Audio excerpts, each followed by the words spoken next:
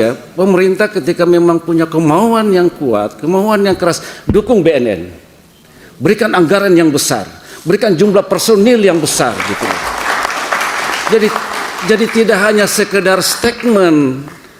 Makanya kemarin saya kasih tahu Pak Ferdinand, kalau ada anggota polisi yang terlibat itu tembak mati aja dah.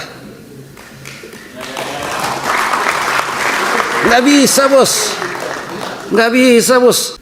2,4 triliun Pak BNN, apa yang kita bisa harapkan dengan pemberantasan narkoba, pencegahan narkoba? Kita selalu menuntut BNN, apa yang kita bisa harapkan dengan anggaran kecil seperti itu? Dengan kepolisian 120 hampir mencapai 130 triliun. Tapi justru oknum-oknum yang ada di itu juga terlibat. Gimana Pak? Kasihan kawan-kawan ini. Tapi silakan Pak Suding, mohon bantu dipersingkat. Ya, selanjutnya singkat. Bu Dewi. Ya, singkat aja. Ketua Pimpinan, rekan-rekan Komisi 3, Kepala BNN beserta seluruh jajarannya, Kepala BNNP Provinsi yang saya hormati. Assalamualaikum warahmatullahi wabarakatuh. Selamat sore, salam sejahtera kita semua.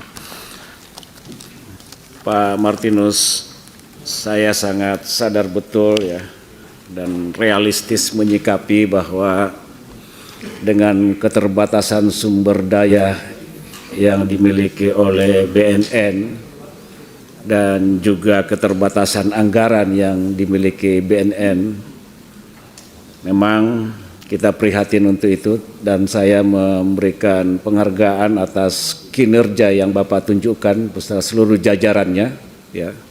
Walaupun dengan keterbatasan tadi yang saya sebutkan, ya,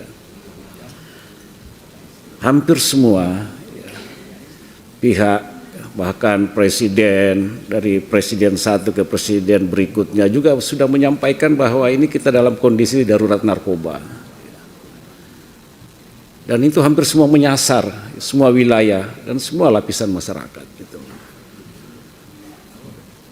Tapi statement ini juga tidak dibarengi ya dengan adanya suatu political will ya yang kuat dari sisi anggaran misalnya, dari sisi ketersediaan personil yang ada di BNN sebagai institusi leading sektor dalam hal pemberantasan narkoba.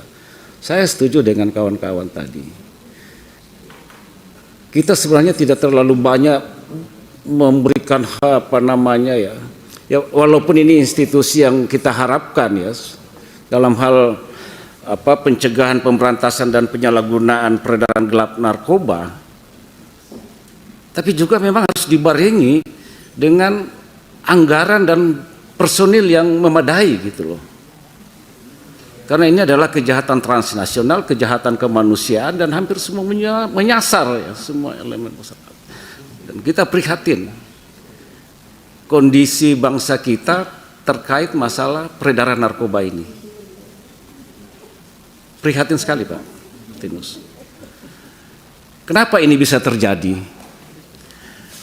Saya yakin betul ya bahwa tidak mungkin ada satu kejahatan yang begitu masif peredarannya tanpa ada kekuatan besar di belakangnya. Siapa menyangka Pak Kapolda Riau yang dipromosikan jadi Kapolda Jatim ya, Teddy Minahasa kemarin terlibat dalam kasus besar seperti ini. Siapa sangka oknum Kapolres terlibat dalam persoalan-persoalan ini. Ini kan kekuatan ini. Bapak melawan aparat gitu loh, yang ada di belakang para bandar-bandar ini. Nah kalau ini tidak diputus mata rantainya, kita tidak bisa berharap banyak. Kita tidak hanya sekedar ngomong di sini, apa namanya, gimana ya. Saya dari dulu selalu betul-betul ya, pemerintah ketika memang punya kemauan yang kuat, kemauan yang keras, dukung BNN. Berikan anggaran yang besar, berikan jumlah personil yang besar gitu. Jadi tidak hanya sekedar statement, ini kita darurat narkoba, ini kita ini, tapi tidak dibarengi dengan kebijakan dari sisi anggaran untuk BNN. Karena anggaran dari pihak pemerintah Jadi jangan tadi bilang BNN Pak Martinus berikan anggaran. Pak Martinus kan pengguna. Yang menentukan anggaran ini pemerintah. Yang menentukan anggaran ini dari pihak pemerintah gitu loh. Nah maksudnya gimana ya? Ya sudah, cuman saya selalu berharap Pak Martinus jangan patah semangat, Pak. Ya jangan patah semangat, itu aja. Tetap semangat dengan keterbatasan yang Bapak miliki. Hampir semua wilayah, Pak, tidak termasuk Pak Ferdinand berjibaku di Sulawesi Tengah. Bagaimana masifnya peredaran narkoba di Sulawesi Tengah itu. Berjibaku, Pak, dengan keterbatasan anggota yang dimiliki. Dengan satuan kerja di daerah juga tidak mencukupi. Ada 13 kabupaten kota, cuma berapa kantornya, Pak? Apa yang kita bisa harap? Kenapa bisa terjadi? Ya karena anggaran lagi, personil lagi yang kurang. Apalagi ada aparat. Makanya kemarin saya kasih tahu Pak Ferdinand kalau ada anggota polisi yang terlibat itu tembak mati aja dah. Nggak bisa, Bos. Nggak bisa, Bos. Ini kejahatan yang sangat luar biasa, tapi di belakangnya orang-orang besar gitu loh. Kasihan BNN. Saya tahu betul integritas kawan-kawan di BNN ini. Saya tahu betul.